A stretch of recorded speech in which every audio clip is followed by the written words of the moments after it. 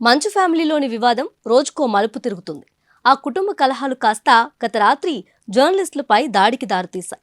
News కవరేజ్కు వెళ్లిన ఓ media రిపోర్టర్పై నటుడు మోహన్ బాబు విచక్షణారహితంగా దాడి చేశారు.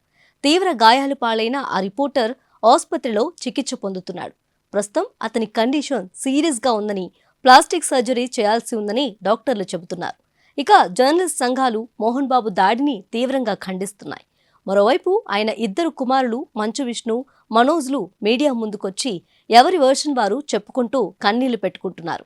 హైదరాబాద్ జల్పల్లిలోని తన ఇంటి వద్ద మీడియా ప్రతినిధులపై దాడి చేసిన మోహన్ బాబు ఆ తర్వాత నాటకీయ పరిణామాల మధ్య రాత్రి గచ్చిబౌలి కాంటినెంటల్ ఆసుపత్రిలో చేరారు.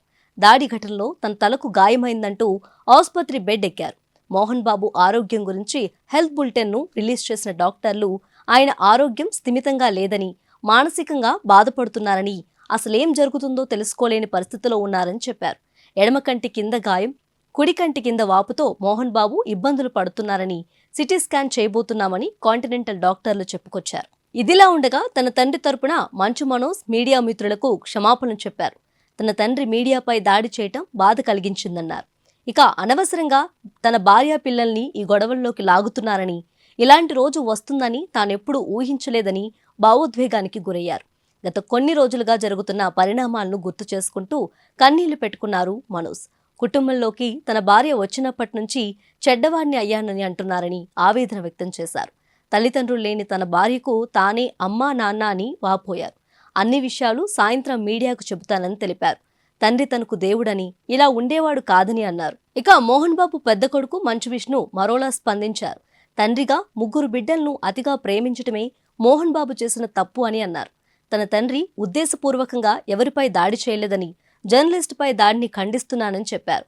మోహన్ బాబు అంటే ఏంటో తరాలుగా అందరికీ తెలుసునని, మీడియాతో ఎప్పుడూ కూడా మర్యాదపూర్వకంగా ఉండే మనిషిని వెల్లడించారు. సమాజంలో ఎవరూ పర్ఫెక్ట్ కాదని, తన తండ్రి తప్పు చేసి ఉంటే క్షమించాలని కోరారు.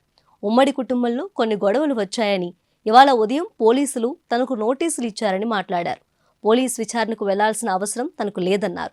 అయితే వ్యవస్థపై గౌరవం ఉంది కాబట్టి సిపిని కలుస్తానన్నారు. గేట్లు పగలకొట్టి మనోజ్ ఇంట్లోకి వచ్చాడని, ఈ గొడవల కారణంగా అమ్మ ఆసుపత్రి పాలైందన్నారు.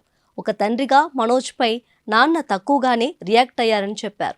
ఇదిలా ఉండగా తాజాగా మంచు మోహన్ బాబు తీస్తున్న కన్నప్ప సినిమా 100 కోట్ల బడ్జెట్తో తీస్తున్నారని, ఇందులో మంచు మనోజ్కు షేర్ ఇవ్వకపోవడంతోనే వివాదం రాజుకుందని కొందరు కోడై కూస్తున్నారు.